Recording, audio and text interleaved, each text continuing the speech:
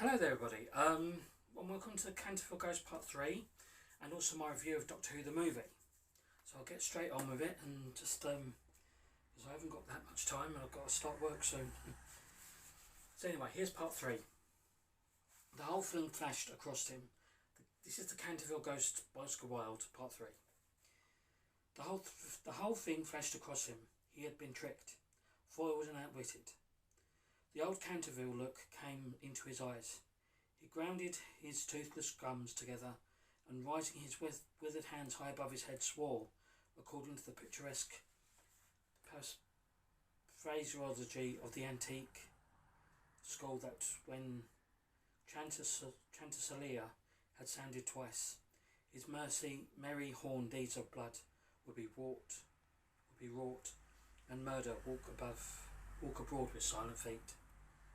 Hardly had he finished this awful oath when from the red-tiled roof of a distant homestead, a cock crew. He laughed a long, low, bitter laugh and waited. Hour after hour he waited, but the cock, for some strange reason, did not crow again.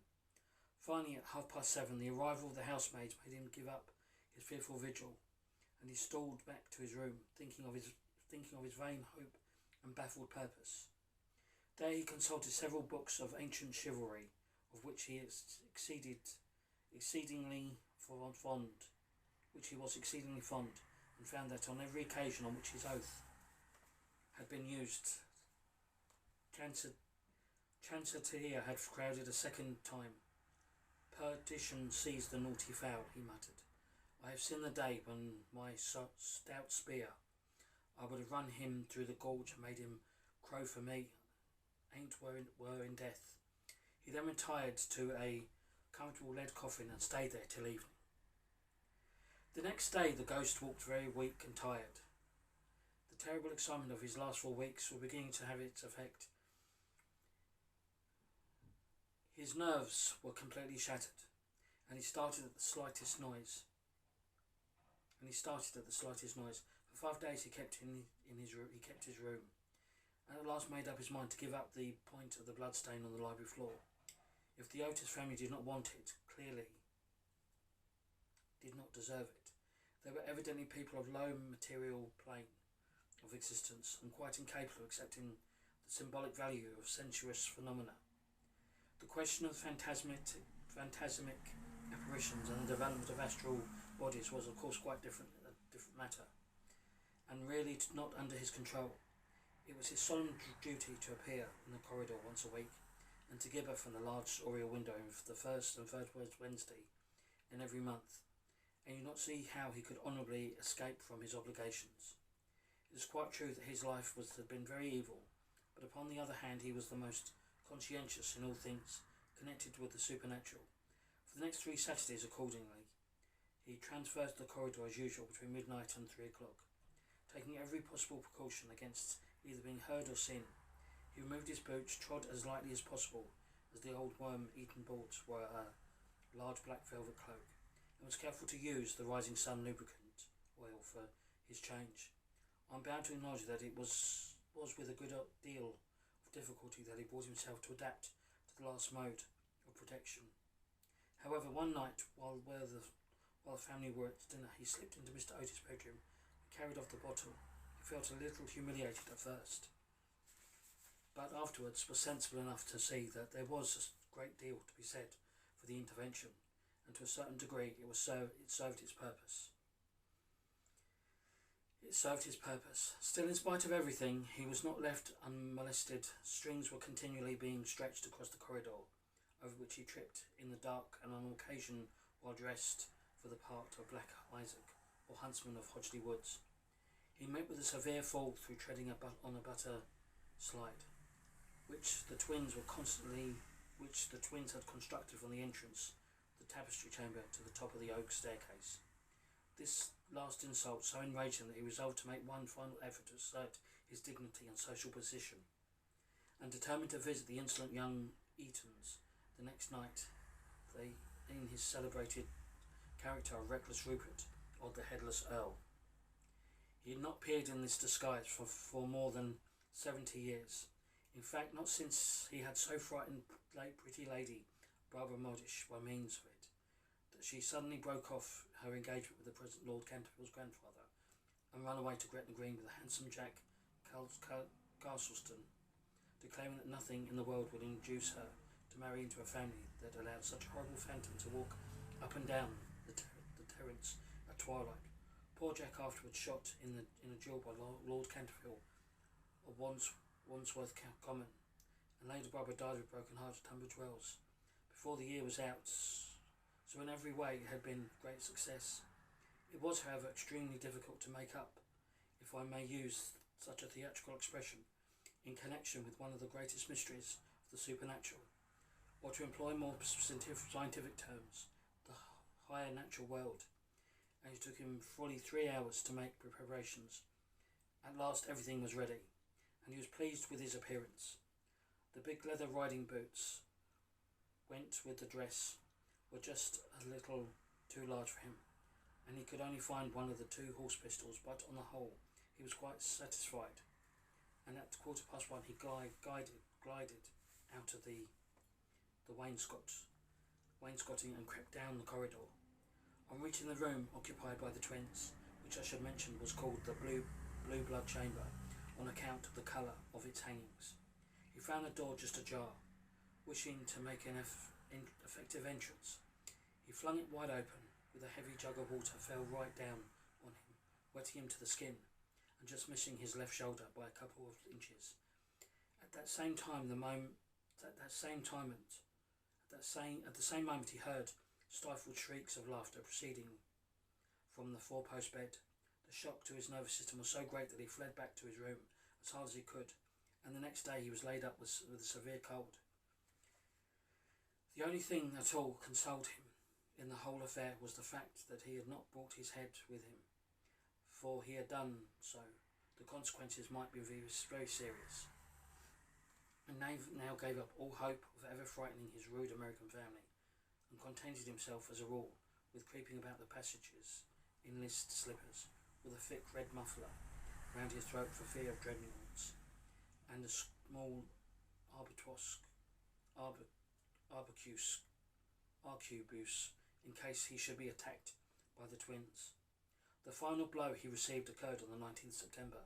He had gone downstairs to the great entrance hall, feeling sure that there was there at any rate he would be quite unmolested, and was amusing himself by making satirical remarks on the large Saroni photographs of the United States Minister and his wife, which had now taken the place of the Canterville family pictures.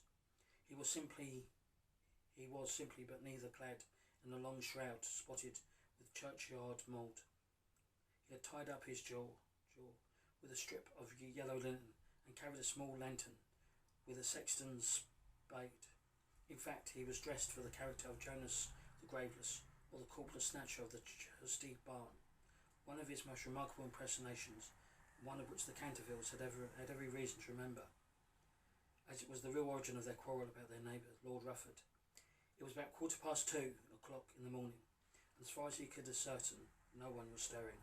As he was strolling towards the library, however, to see if there was any traces left of the blood stain, suddenly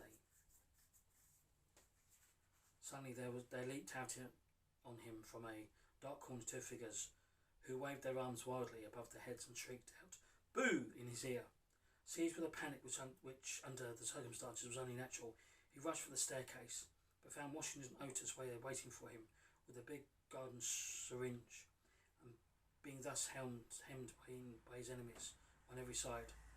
Driven almost to bay, he vanished into the great iron stove, which fortunately for him was not lit, and had to make his way home through the flues and chimneys, arriving in his own room in a terrible state of dirt, disorder and despair. After this he had not seen again on any nocturnal expedition. The twins lay in wait for him on several occasions, strewed the passages with nutshell every night, to the great annoyance of their parents and the servants, but it was to no avail, and it was quite evident that this feeling was so wounded that he would not appear. Mr. Otis consequently resumed his great work on the history of the Democratic Party, on which he had been engaged for some years.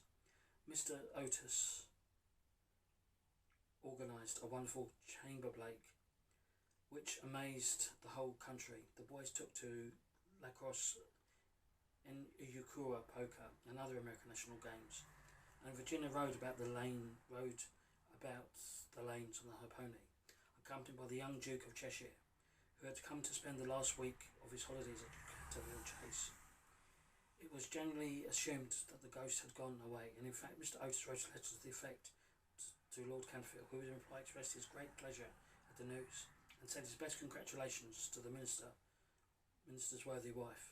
The Otises, however, were deceived, for the ghost was still in the house, though now almost invalid, was by no means ready to let matters rest, particularly as he heard that among the guests was the young Duke of Cheshire, whose grand uncle was Lord Francis Stilton, and once had a bet 100 guineas with Colonel Cadbury that he would play dice with the Canterville ghost, and he found the next morning lying on the floor of the card room in such a helpless paralytic state that though he lived on to the great age, he was never able to say anything up again but double sixes. The story was well known at the time, through of course out of respect to the feelings of the two noble families.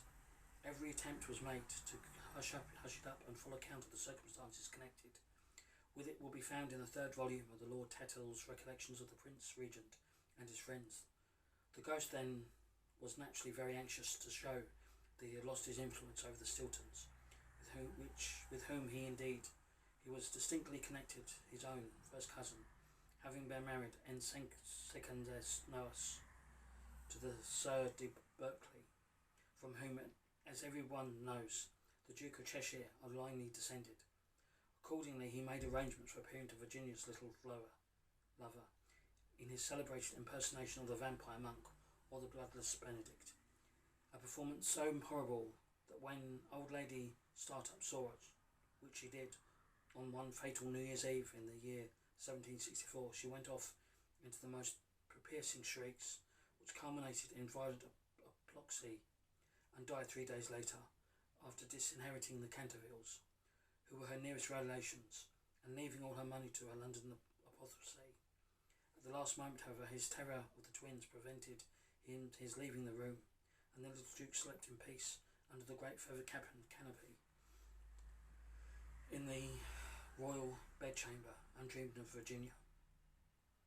A few days later, Virginia and her curly-haired cavalier went out riding on Brockley Meadows, where she tore a habit so badly in getting through a hedge that on her return home she made up her mind to go up the back staircase so that she could not to be seen.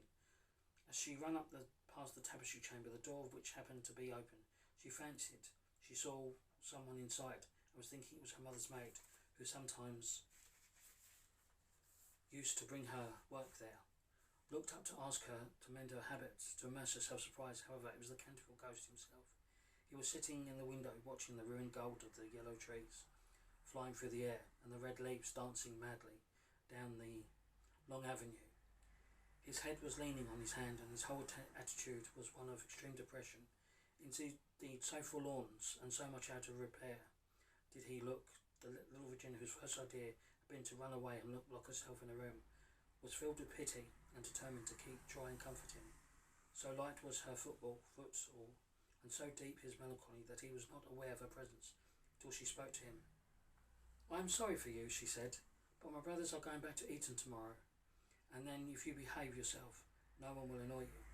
"It is absurd asking me to behave myself," he answered, looking round in astonishment at the pretty little girl he had ventured to address him.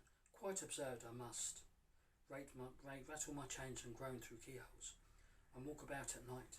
If that is what you mean, it is my only reason for existing." "It is no reason at all for existing, and you know. You have been very wicked. Mrs. Umney told us the first day we arrived here that you killed your wife." "Well, I quite admit it," said the ghost petulantly, but it was purely family matter and concerned no one else." "It is very wrong of you to kill anyone," said Virginia, who at times had a sweet Praetorian gravity caught from some old New England ancestor. "Oh, I hate the cheap severity of abstract ethics. My wife was very plain, never had my ruffles properly starched and knew nothing about cookery. Why was a buck I had to shot? Why was a buck I had to shot in Hogley Woods, and Magnificent Pricklet. Do you know how she had it sent up? And do you know how she had it sent up to the table? However, it was no matter now, for it is all over, and I don't think it was very nice of her brothers to starve me to death, though I did kill her. Starve you to death, oh Mr. Sir Simon. Are you hungry? I have a sandwich in my case. Would you like it? No, thank you. I never eat anything now, but it is very kind of you, all the same. You are much nicer than the rest of your horrid, rude, vulgar, dishonest family. Stop, cried Virginia, stamping her foot. It is you who are rude and horrid and vulgar. As for dishonesty, you know you stole the paints out of my box to try and furbish up the ridiculous blood stain in the library. First you took all my reds, including the vermilion, and I couldn't do any more sunsets. Then you took the emerald green and the primrose yellow, and finally I had nothing left but indigo and Chinese whites, and could only do moonlight scenes, which are always despairing to look at, and not at all easy to paint. I never told on you, though I was very much annoyed, and it was most ridiculous, the whole thing, for who ever heard of emerald green blood? Well, really, said the ghost rather meekly, what was I to do? It's a very difficult thing to get real blood nowadays. And as your brother began, it was all with his Paragon detergent. I certainly saw no reason why I should not have your paints.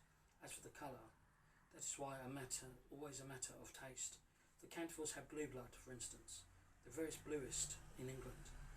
But I know you Americans don't care for these things. For things of this kind. You know nothing about it, and the best thing you could do is to emigrate and improve your mind. My father will only be too happy to give you a free passage, and though there is heavy duty on spirits of every kind, there will be no difficulty about the custom house. As the officers are all Democrats, once in New York, you are to be sure to be a great success. I know lots of people there who give $100,000 to have a grandfather and much more than to have a family ghost. And now I shall leave it, and I shall do part 4 tomorrow. Doctor Who the movie. Now this was made in 1996, and it was a co-production between Universal Studios and the BBC. And there was lots of negotiations between it, and it was meant to be a backdoor pilot to get Doctor Who made for the American market. However, it failed, and but Philip Segal, who was the main orchestrator of all this, decided that Universal should keep the deal going. The plot of the film, Doctor Who the movie, is basically the Doctor takes the final remains of the Master back to Gallifrey, but the Master thwarts him and has turned himself into like a snake little thing, and hijacked the TARDIS. So the TARDIS lands in San Francisco, and while the TARDIS lands, the Doctor steps out, played by Sylvester McCoy, and is shot he's basically shot by gang rivals. And